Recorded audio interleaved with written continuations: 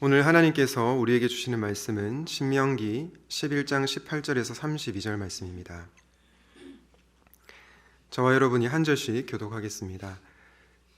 이러므로 너희는 나의 이 말을 너희의 마음과 뜻에 두고 또 그것을 너희의 손목에 메어 기호를 삼고 너희 미간에 붙여 표를 삼으며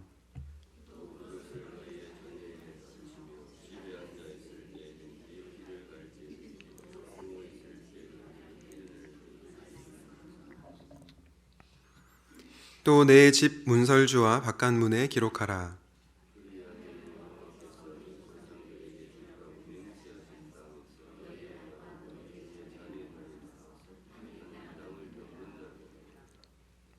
너희가 만일 내가 너희에게 명하는 이 모든 명령을 잘 지켜 행하여 너희 하나님 여호와를 사랑하고 그의 모든 도를 행하여 그에게 의지하면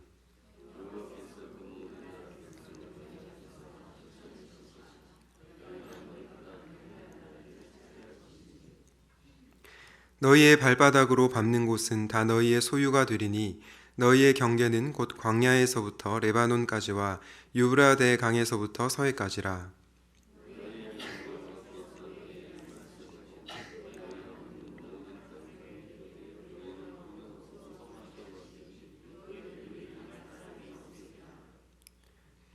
내가 오늘 복과 저주를 너희 앞에 두나니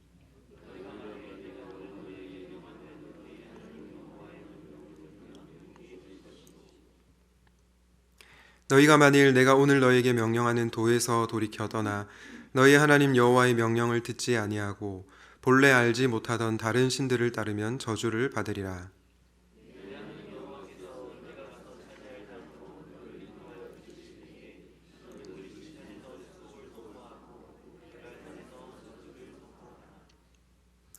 이 두 산은 요단강 저쪽 곧 해지는 쪽으로 가는 길 뒤 길갈 맞은편 모래 상수리 나무 곁에 아라바에 거주하는 가나안 족속의 땅에 있지 아니하냐.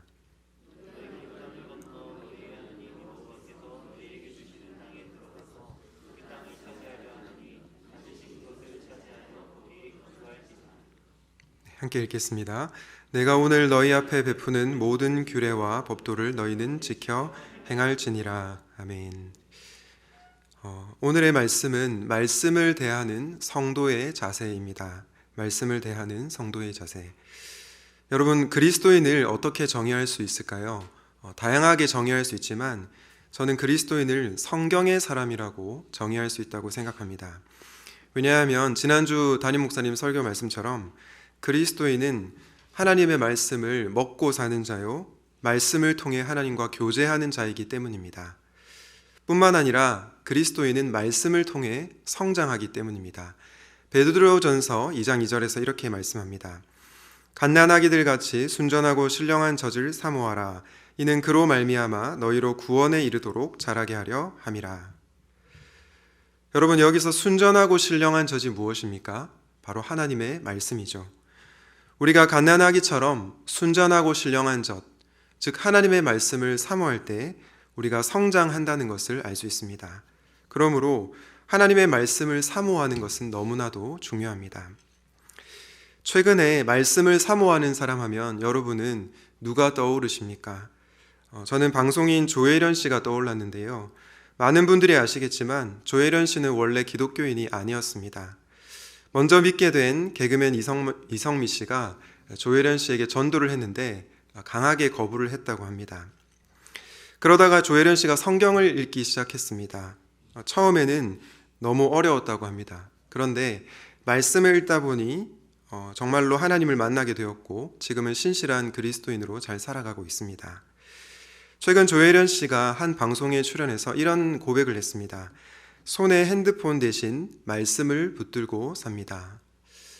이 조혜련 씨는 우리가 핸드폰이 없으면 일상을 살아갈 수 없는 것처럼 하나님의 말씀이 없으면 도무지 살아갈 수 없다.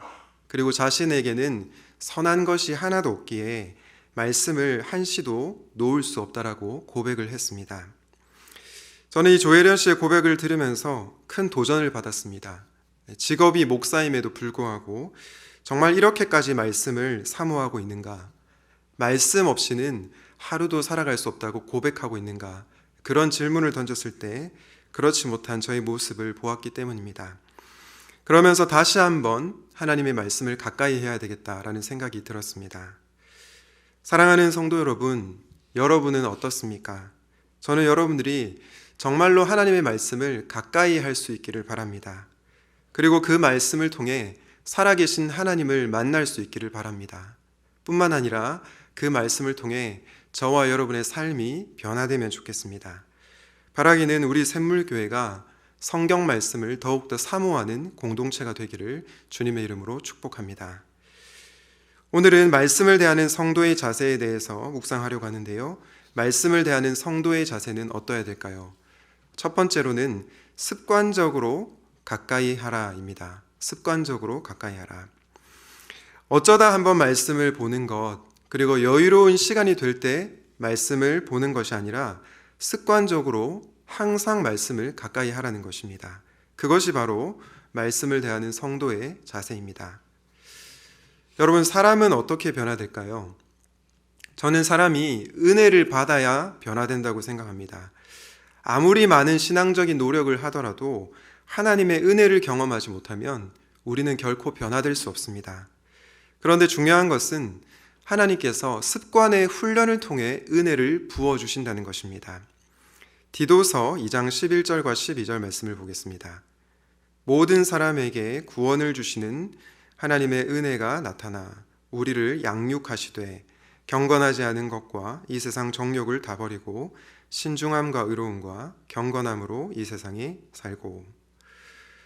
여기 보면 은혜와 양육 혹은 은혜와 훈련의 상관관계를 알 수 있습니다. 바울이 뭐라고 얘기합니까? 하나님의 은혜가 나타나 우리를 양육한다 라고 얘기합니다. 이때 양육의 의미는 아이를 훈련시키다 혹은 교육하다라는 뜻입니다. 즉 하나님의 은혜와 훈련, 하나님의 은혜와 이 양육이 결코 대립관계가 아니라 동행관계라는 것입니다. 은혜가 우선이지만 훈련을 통해서 우리는 변화를 경험한다는 것입니다. 그래서 이 습관 훈련이 너무나도 중요합니다. 오늘 본문에서도 이와 비슷한 맥락에서 권면을 하고 있는데요. 신명기 11장 18절에서 20절을 보겠습니다. 이러므로 너희는 나의 이 말을 너희의 마음과 뜻에 두고 또 그것을 너희의 손목에 메어 기호를 삼고 너희 미간에 붙여 표를 삼으며 또 그것을 너희의 자녀에게 가르치며 집에 앉아 있을 때든지 길을 갈 때든지 누워 있을 때든지 일어날 때든지 이 말씀을 강론하고 또 내 집 문설주와 바깥문에 기록하라. 어떨 때의 말씀을 강론하라고 얘기하고 있습니까? 집에 앉아 있을 때든지 길을 갈 때든지 누워 있을 때든지 일어날 때든지 말씀을 가르치라 라고 얘기하고 있습니다. 무슨 말입니까? 어쩌다가 한번 말씀을 가르치는 것이 아니라 습관적으로 반복해서 가르치라는 것입니다. 그렇게 할 때 우리의 신앙이 형성되기 때문입니다. 제임스 스미스라고 하는 기독교 철학자가 있습니다. 이분이 반복적 실천이 우리가 어떻게 살고 무엇을 사랑할지에 대한 동기를 부여한다라고 얘기했습니다. 우리가 하는 습관이 당장은 내 삶에 아무런 영향을 못 미치는 것 같지만 시간이 흐르면 그 습관이 우리의 감정과 생각을 형성한다는 것입니다. 나아가 우리의 삶을 변화시킨다는 것입니다. 그래서 습관적으로 말씀을 가까이 하는 것은 너무나도 중요하다고 할 수 있습니다. 며칠 전에 제가 샘물 플래싱으로 가정 예배를 드리면서 저희 자녀들에게 물었습니다. 신앙생활에 있어서 뭐가 제일 중요한 것 같니? 그러자 첫째가 갑자기 말씀과 기도죠 이렇게 대답을 하는 겁니다. 저는 좀 놀랐습니다. 왜냐하면 평소에 대답을 잘 안 했거든요. 그런데 그날은 질문을 하자마자 거의 습관적으로 이렇게 튀어나오게 되었습니다. 왜 이렇게 답이 나왔을까요? 알고 보니까 저희 아이가 초등부 시절에 담당 목사님이 신앙의 두 수레바퀴는 말씀과 기도다 이 말을 3년 내내 계속 했다는 것입니다. 매주 교회에 올 때마다 신앙의 두 수레바퀴는 말씀과 기도다 이것을 강조한 것이죠. 귀에 따갑도록 반복해서 이 말을 듣다 보니 자신도 모르는 사이에 말씀과 기도라는 것이 툭 튀어나왔던 것입니다. 저는 이것을 보면서 신앙의 습관 훈련이 정말로 중요하다는 생각이 들었습니다. 우리는 흔히 내가 마음이 가야 행동하지 어떻게 마음이 안 가는데 행동하냐라는 질문을 합니다. 그런데 놀라운 사실은요, 마음이 안 가는데도 행동하다 보면 어느새 우리의 마음이 변화되어 있다는 것입니다. 처음에는 별로 하나님을 사랑하지 않고 습관적으로 말씀을 읽었는데 나도 모르는 사이에 하나님을 사랑하면서 말씀을 읽게 된다는 것입니다. 이것이 바로 습관적으로 말씀을 가까이 하는 것의 힘입니다. 한 수도원 공동체의 벽에 이런 글귀가 걸려 있습니다. 모든 사람이 변화를 원한다. 그러나 아무도 설거지를 원하지는 않는다. 여러분, 이 말이 어떤 뜻인지 이해되십니까? 모든 사람은 극적인 변화를 원합니다. 짜릿한 흥분을 느끼고 종교적인 카타르시스를 통해 변화되기를 원합니다. 그러나 지루하고 일상적인 것은 건너뛰고 싶습니다.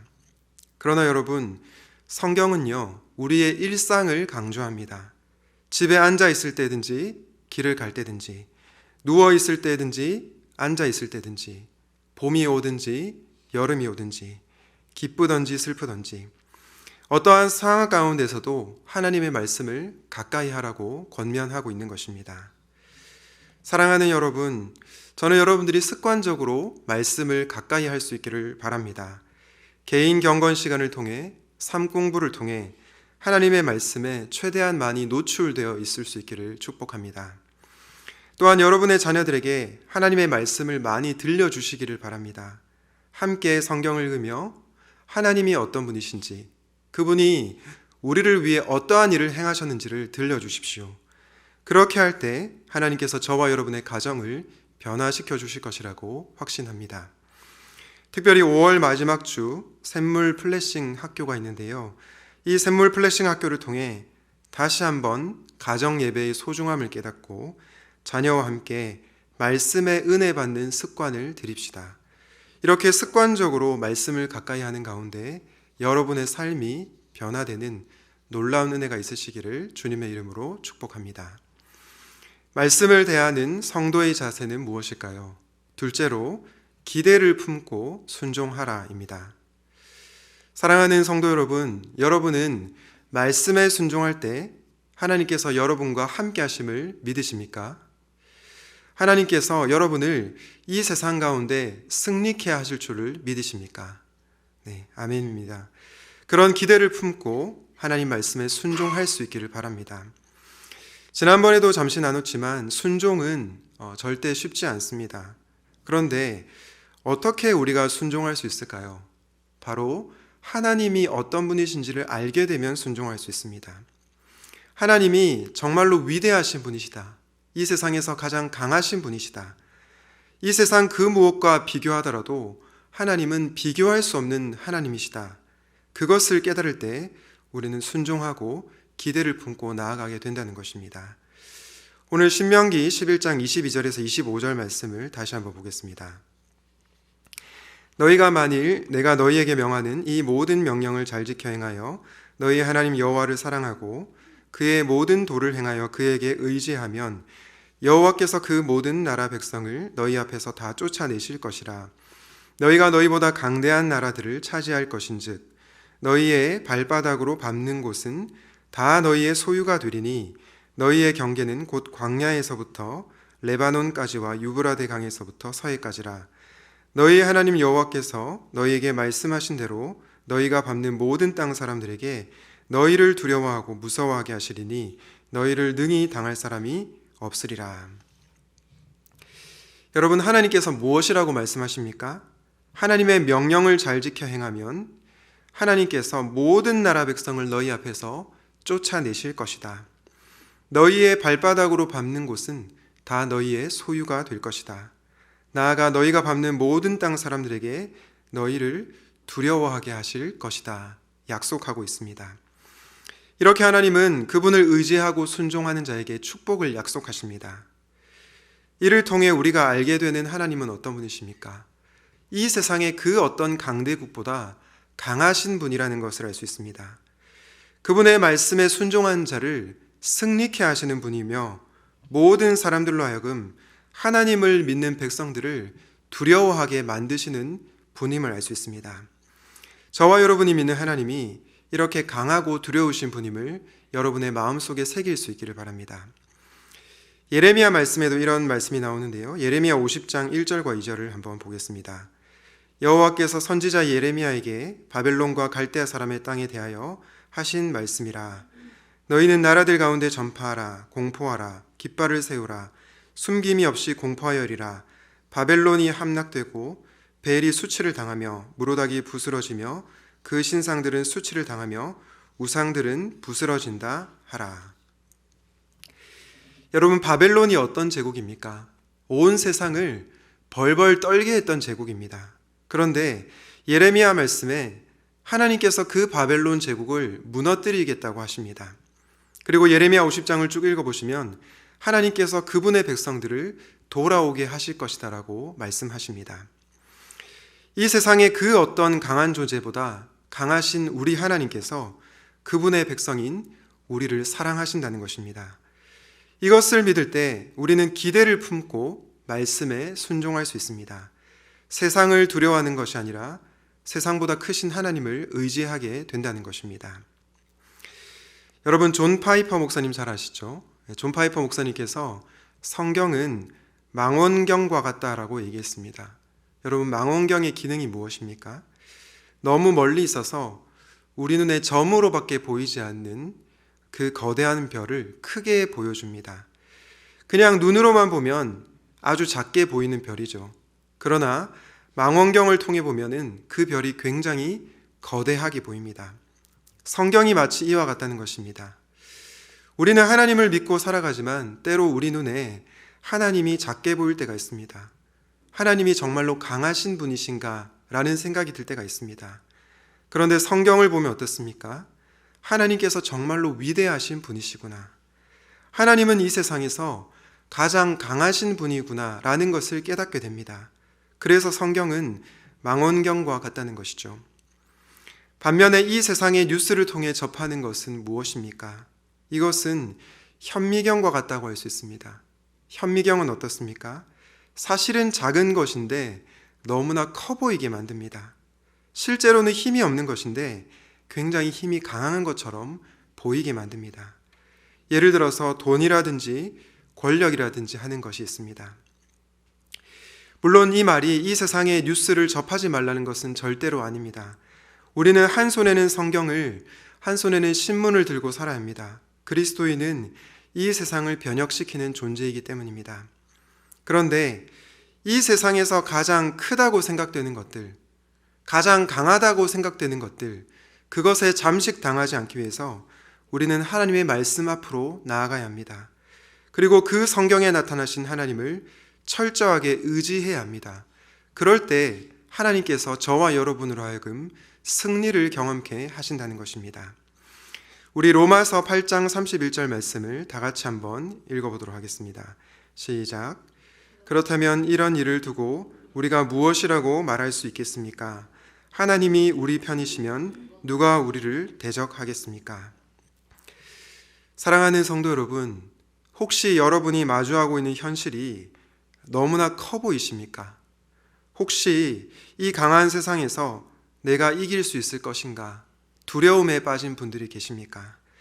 그렇다면 성경을 통해서 우리 하나님이 얼마나 강하신 분이신지를 기억하십시오. 그리고 그 하나님께서 우리 편이라는 것을 붙들 수 있기를 바랍니다. 우리가 자꾸 두려움에 빠지는 이유는 세상보다 크신 하나님, 세상보다 강하신 하나님을 망각하기 때문입니다.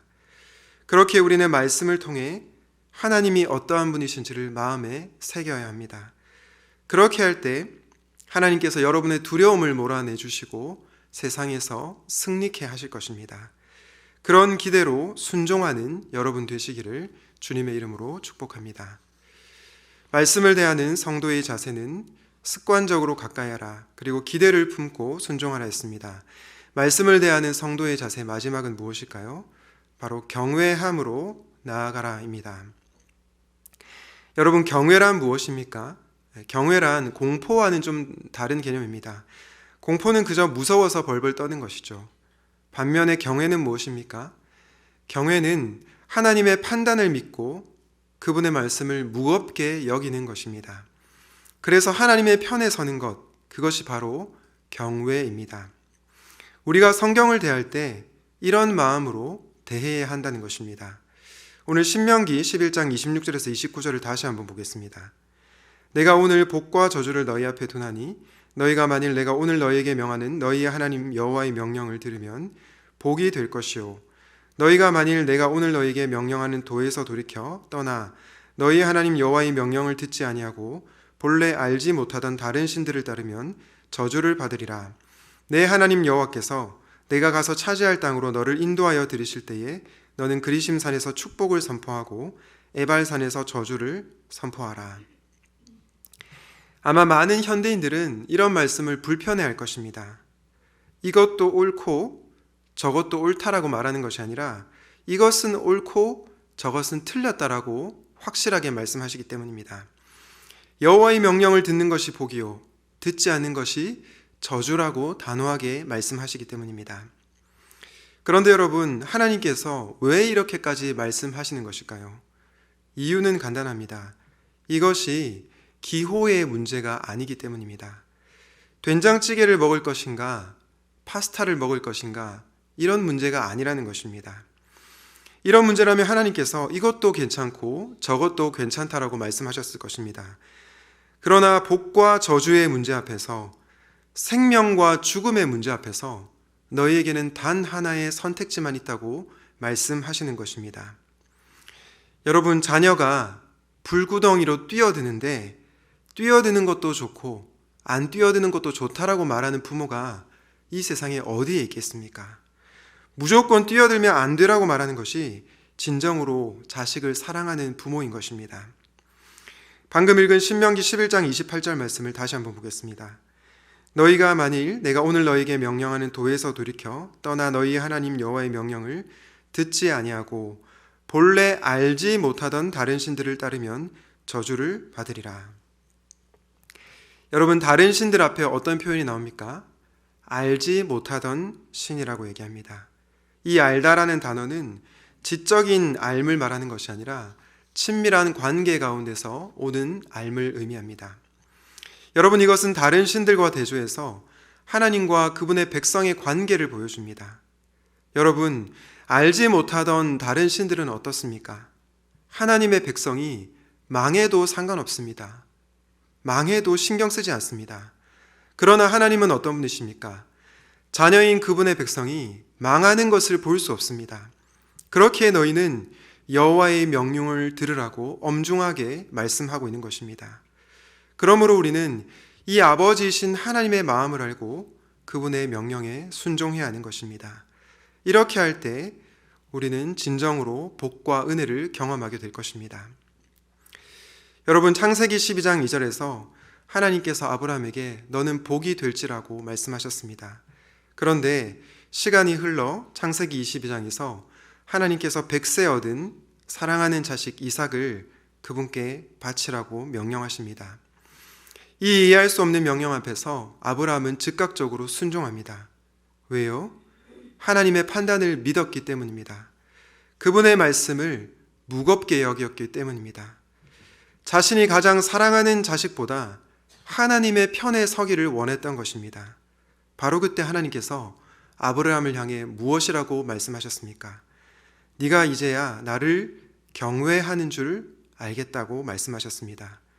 그분의 판단을 믿고 순종하는 아브라함을 인정하신 것입니다. 사랑하는 여러분, 저는 이것이 우리가 말씀을 대하는 자세여야 한다고 생각합니다. 앞서 우리는 로마서 8장 31절 말씀을 통해 하나님께서 우리 편이라는 것을 확인하였습니다. 그러면 우리는 어떠해야 합니까? 하나님이 우리 편인데 우리가 다른 신들의 편이 되어서야 되겠습니까? 언약 관계를 맺은 우리가 어찌 하나님을 배신하고 우상들을 섬기겠습니까? 그러므로 우리도 하나님의 편에 서야 하는 것입니다. 때로는 하나님의 명령이 잘 이해되지 않을 때도 있습니다. 그러나 우리는 그때 기억해야 합니다. 하나님은 우리보다 훨씬 더 지혜로우신 분이시다. 그런 분이 우리를 위해 자기 아들까지 내어주셨다. 그것을 믿는 자는 하나님의 말씀 앞에서 경외함으로 나아가게 됩니다. 바라기는 하나님의 판단을 믿고 그분의 말씀을 무겁게 여기십시오. 그리하여 하나님의 편에서는 그분을 경외하는 성도님들 되시기를 주님의 이름으로 축원드립니다. 말씀을 정리하겠습니다. 오늘은 말씀을 대하는 성도의 자세라는 제목으로 말씀을 전하였습니다. 성도인 저와 여러분은 어떻게 말씀을 대해야 할까요? 먼저는 습관적으로 말씀을 가까이 해야 합니다. 어쩌다 말씀을 읽는 것이 아니라 항상 그분의 말씀 앞에 서야 합니다. 또한 우리는 기대를 품고 순종해야 합니다. 하나님은 이 세상에 그 어떤 존재보다 강하고 크신 분이십니다. 그런 분께 순종할 때 승리는 보장되어 있습니다. 하나님은 우리의 편이십니다. 마지막으로 우리는 경외함으로 나아가야 합니다. 우리는 그분의 판단을 믿고 하나님의 말씀을 무겁게 여겨야 합니다. 그리고 하나님의 편에 서야 합니다. 바라기는 이렇게 말씀을 대하심으로 살아계신 하나님을 경험하고 저와 여러분의 삶이 변화되는 놀라운 축복이 임하시기를 주님의 이름으로 축원드립니다. 아멘. 오늘 말씀을 기억하면서 말씀 앞에서라는 찬양을 함께 찬양하도록 하겠습니다.